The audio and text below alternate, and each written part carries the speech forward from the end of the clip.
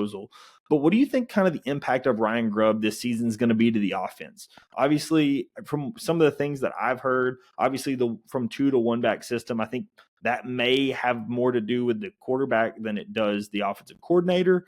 But, what are your kind of thoughts on, will we see difference in play calling? And again, feel free to mention if you think this is coordinator related or, other related, so to speak. Yeah, I'll say this. It's easy to blame somebody. And look, Jalen Milroe had his faults. There's no doubt. And I'm not saying Nick Sheridan was the perfect play caller, but when you have a guy who is limited in certain areas, there's only so much you can do as a play caller. And I think the fact that Nick Sheridan stuck around and Coach DeBoer wanted him to stick around tells you all you need to know about Nick Sheridan and what what Coach DeBoer thinks of him. So I'll leave that at that. As far as Ryan Grubb goes, I do think there will be some changes. Obviously, he's a more experienced play caller than what Nick Sheridan was.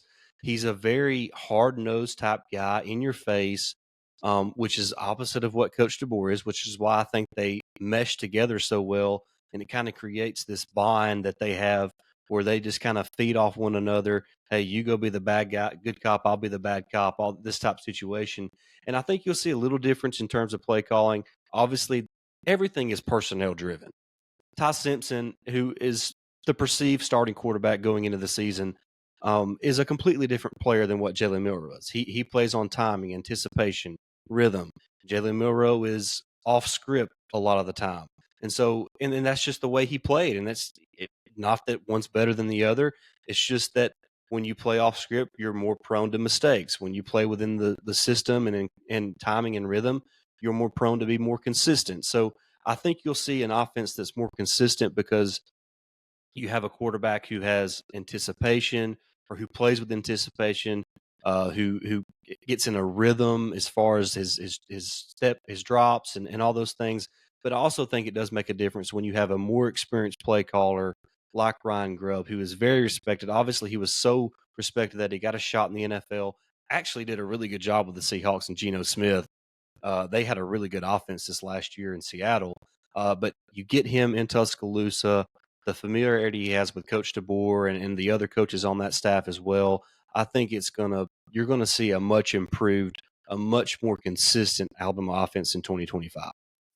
That's great to hear. Yeah. And this is something that I've talked about with a lot of people, and I agree with you on the whether you want to call them downfalls or whatever, at the end of the day, you won a lot of games with Jalen Milroe. And Absolutely. there were games, as I've said it, there were games you probably would have lost had you not had Jalen Milroe.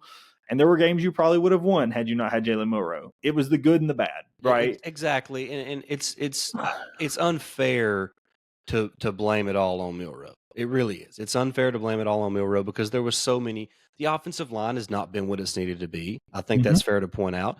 We've already talked about how we've lacked that difference maker in the backfield. I mean, Jalen Milroe has been our best running back the last 2 years, and he was trying to play quarterback. So let's be fair to Jalen as well. And I just think it's unfair to blame him for everything, but it's obvious that his limitations affected the offense and its ability to be consistent. Yeah, I 100% agree with that. Well, only have two